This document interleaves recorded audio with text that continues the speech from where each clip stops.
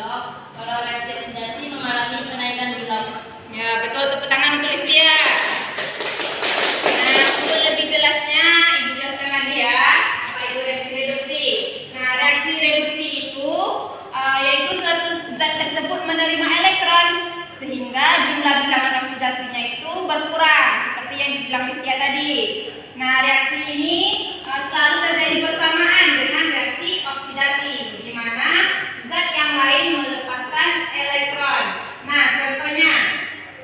Nah, di sini ada senyawa MnO4- ditambah elektron menghasilkan MnO4-. Untuk mengetahuinya yaitu kita hitung dulu nih biloksnya. Nah, di sini oksigen biloksnya berapa? -2. Nah, -2 karena oksigennya ada 4, kita kalikan dengan 4 jadi -8. Karena motornya -1 dikurang dengan 1 jadi -7. Karena di sini -7 berarti Mn-nya +7. Nah, untuk yang produknya -2 juga dikalikan dengan 4, -8 dikurang 2 jadi -6. Mn-nya +6. Nah, dari reaktan ke produk terjadi penurunan biloks sebanyak 1.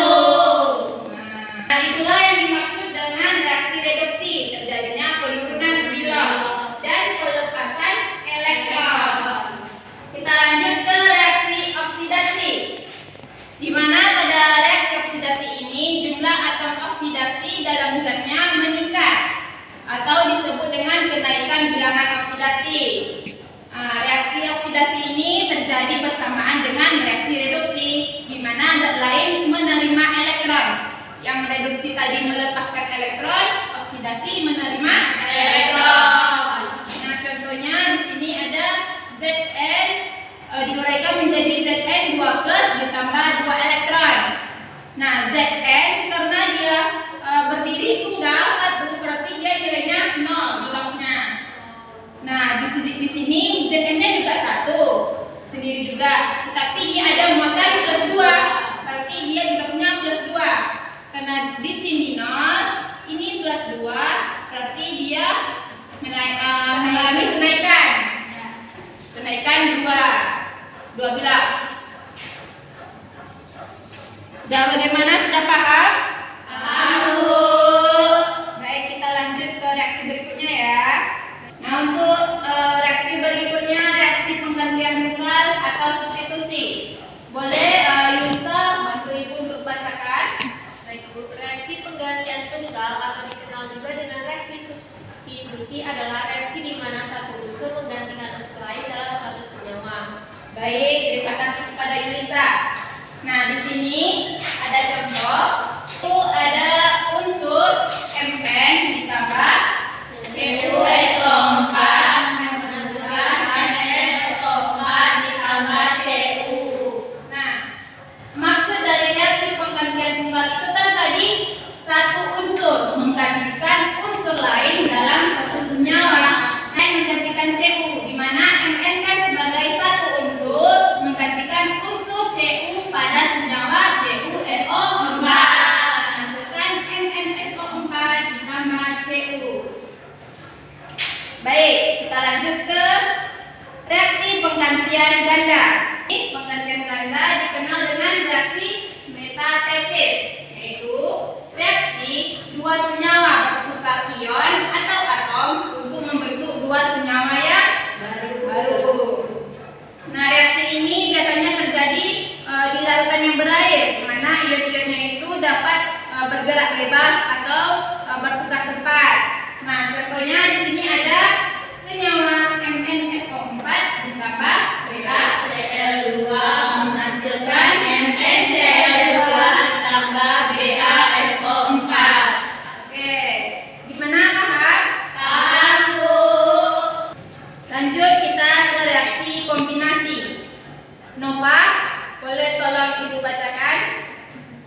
Reaksi kombinasi adalah reaksi di mana dua atau lebih zat bergabung untuk membentuk satu produk tunggal. Reaksi kombinasi seringkali disertai oleh pelepasan atau penyerapan energi dalam bentuk panas dan cahaya.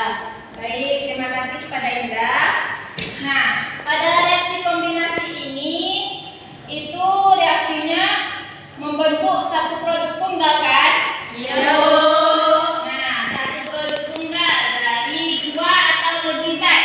Nah, di sini zat yang dipakai ada Fn dan oksigen. Nah, satu ini zat yang satu, zat kedua membentuk produk 2FNO.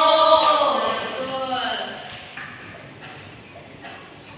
Baik, kita masuk ke reaksi yang terakhir, yaitu reaksi pembakaran. Reaksi pembakaran ini adalah reaksi yang diciptakan oleh fakta bahwa salah satu reaksinya itu adalah oksigen. Betul. Reaksi pembakaran yaitu reaksi suatu zat dengan oksigen biasanya bereaksi dengan cepat disertai dengan pelepasan kalor atau panas membentuk suatu senyawa. Nah, cara termudah nih untuk mengetahui bahwa itu reaksi pembakaran yaitu produknya selalu mengandung karbon dioksida dan air. Nah, di sini ada contoh CH4 ditambah O2 menghasilkan CO2 ditambah H2O. Nah, dapat kita lihat ada produknya mengandung karbon dioksida, ada CO2 dan air H2O. Nah, begitulah kira-kira reaksi-reaksi dari senyawa anorganik. Tadi ada 5 jenis. Yang pertama ada reaksi reduksi, kombinasi, pembakaran, penggantian material, bagian baik. Nah, mungkin apakah ada dari Ananda sekalian yang ingin bertanya mengenai materi yang telah Ibu sampaikan tadi? Ya, baik, kepada Tarisa. Saya ingin bertanya Bu, apa perbedaan dari reaksi penggantian tunggal dan penggantian ganda? Baik, terima kasih kepada Tarisa. Bagus sekali ya pertanyaannya. Mungkin apakah ada dari Ananda semua yang bisa bantu nih menjawab pertanyaan dari Tarisa sebelum Ibu menjawab? Tidak, Bu. Oke, Ibu jawab ya. Kan ada reaksi penggantian tunggal dan penggantian ganda.